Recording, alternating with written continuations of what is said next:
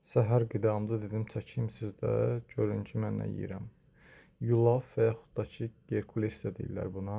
Su ilə bişib amma, südlə yox, su ilə bişib. Təmiz nehrə yağı, baxın, təmiz nehrə yağı. İndi buna nə əlavə edəcəm? Çiçək tozu.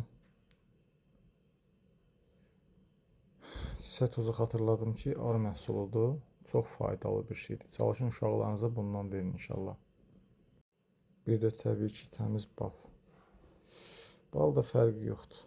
Meşə bal olsun, cırça bal olsun, şabal bal olsun, biyan bal olsun, sarmaşıq bal da ola bilər. Əsas o ki, təmiz bal olsun.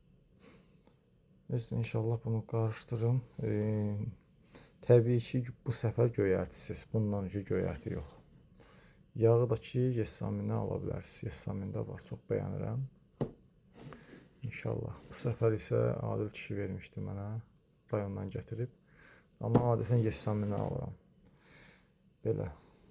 Allah bütün xəstələrə şəfa versin inşallah. Bizlər də onun içində. Amin.